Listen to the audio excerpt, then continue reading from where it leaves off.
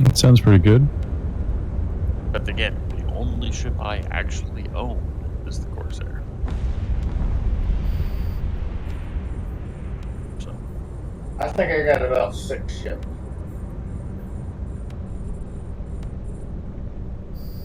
I'm still trying to figure out why I have the Vanguard Scythe, because that ship has been in my hangar since before I became a super.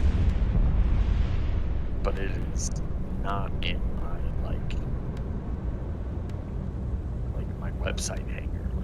It's not there. Like, it's in my in-game hangar, but it's not in my website hangar.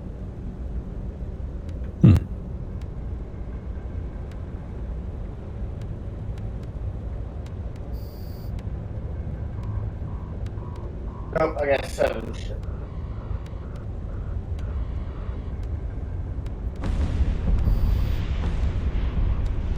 And then, don't you get something for spending $1,000 or something like that? Get a monocle, a top hat, and a gun.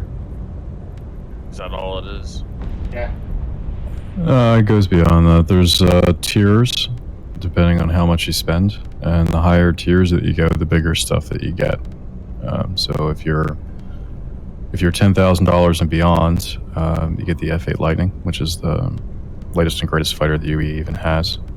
Very limited quantity. There's not going to be many of them in the verse, but you get one of those at that level.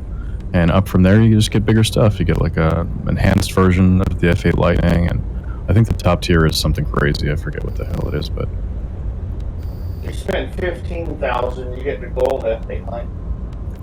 yeah, they call it like the executive edition. So it's really like the flight suit stuff. If you ever see me walking around Star Citizen, I have like this black flight suit with like metal accents. It's that version. It's like there's like silver and gold accents on the stuff. I don't know if that's that big of a deal, but it's like a special look.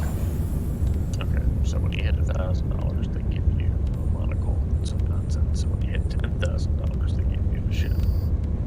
Yeah, and the guns aren't bad that they give you actually at the lower levels. I mean, they give you a decent sniper rifle, I think, within that $1,000 somewhere. I forget what it is, but Well, halfway there. And just remember, like, you can get all of this stuff in the game later. You don't have to spend real money.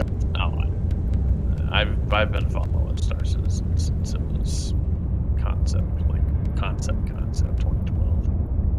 I just didn't put a whole bunch of money into it. Yeah, I think I'm slightly over 1,200 into the game. And the only reason I'm even where I'm at is because of the Corsair and the Imperial subscription. Oh yeah, and I'm a golden ticket holder. Cool. Well, and plus you should have gotten a coupon or something to use too. That was useful. I have a 20% coupon for 1 year of subscription. Yes, and for me, I use that on the Hull E, the largest of the whole series, because they have this. They have a limit to how much you can actually save on one of the ships. So the Hull E, I think, is usually 650, and I got it for 450 or something, or less than that. I don't know. It took a good like $200 off. Yeah, I'm sure that 20% off comes in real handy on them higher price ships. Well, that's what I was saving it for specifically. If you think about it, there's no real reason to use it on small stuff. Use it on your biggest ship that you want. It's, the Warbot version of the Karak is $500. But see, that's not even worth it. Not if you bought the ship for $300. No.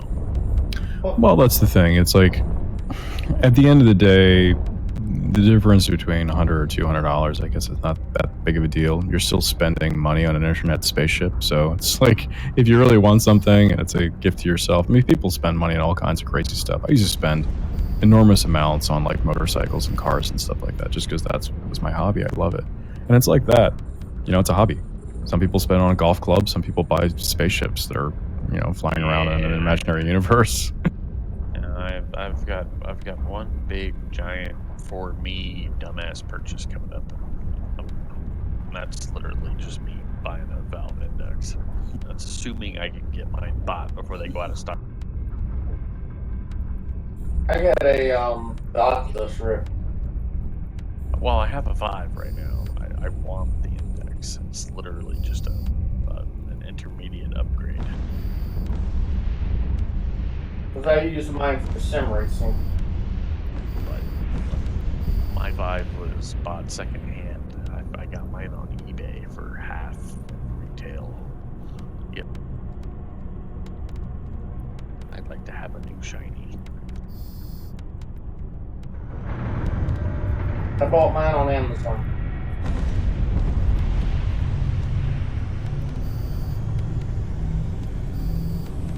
But I gotta wait for the indexes back in stock so that I can buy one before they go out of stock.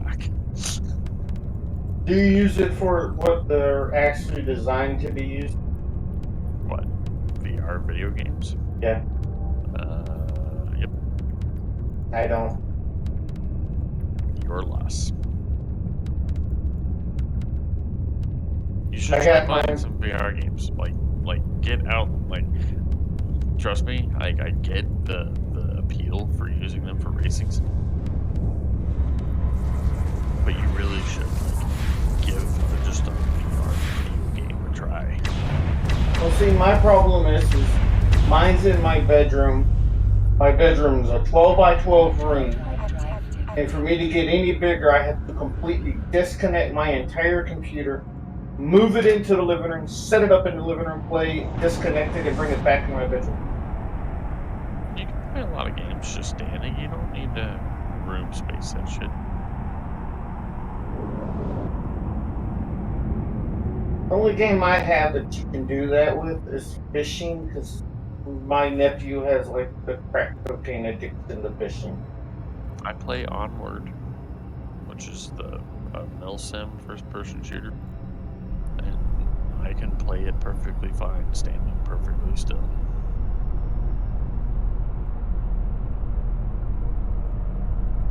Oh, Because you use your thumbstick to move around. Like even if you have a play space, like I have a bedroom that's like dedicated to my computer and my virtual reality. So I've got a decent little play space. It's like 10 feet by 8 feet or whatever, 12 feet by 8 feet. But like in that modicum of space, there's not a whole lot of free movement that I can do in a game world. I mean, it's enough that I can kind of step out from a wall or something, but generally, I'm just standing in one spot and using my trackpads on my Vive ones to move around. You know what I mean? oh, and I forgot to add in, I got a racing rig sitting behind my chair. When if I slide my chair out, I get 1 foot to slide my chair completely back before I get my racing rig.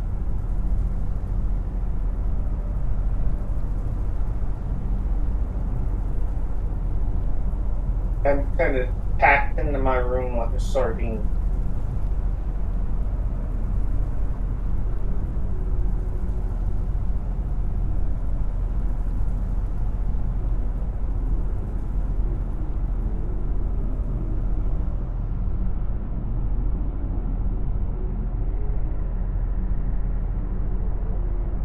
Although I have debated on moving all my Star Citizen stuff onto my racing rig.